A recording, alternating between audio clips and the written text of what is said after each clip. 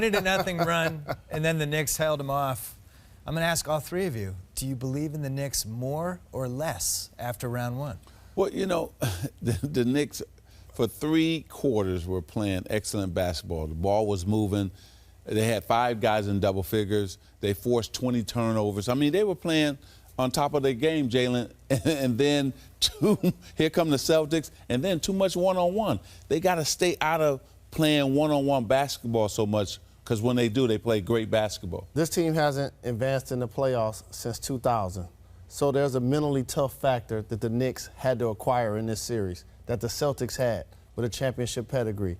Hence the comebacks, late turnovers and steals. You saw Bradley basically take over the game. I think this is what the New York Knicks needed. I think the Pacers are going to be a team that can test them a lot better than a lot of people anticipate. But I think the Knicks are just fine advancing. Yeah, I think this is a good thing for the Knicks, Bill. And this is better than a sweep, as it turns out, for this reason. This is the series that the Knicks were under pressure. The Knicks can go forward and be under a little less. They hadn't won a playoff series in so long. Yeah. And they had to hear about that. Carmelo had to hear about all the times he didn't get out the first round. Okay, they're out of the first round now. It's going to be a tough series coming up.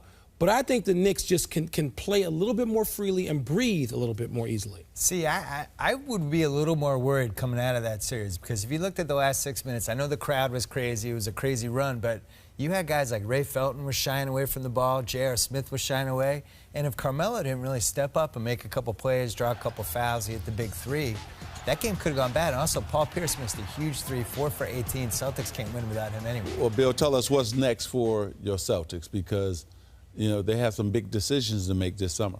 Well, don't shed a tear. Don't shed a tear. You and I are in the same spot with our teams, I think. I mean, at least the Lakers have cap space down the road with the Celtics. This is kind of their team for the next 2 years, unless they buy out Pierce.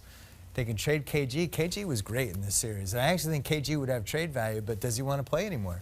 I think it's going to be tough to trade KG and Paul to the same team.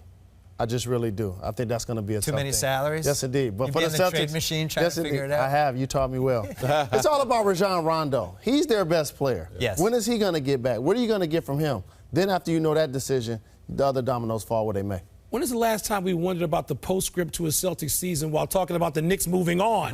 No. So it's something of a flip-flop. I think the Knicks are going to go into the next round with a little bit ahead of steam. I have a feeling this was a 3-year plan. We just finished year 6. I have a feeling it's going to be stretched to year 7 next year. The boys are coming back.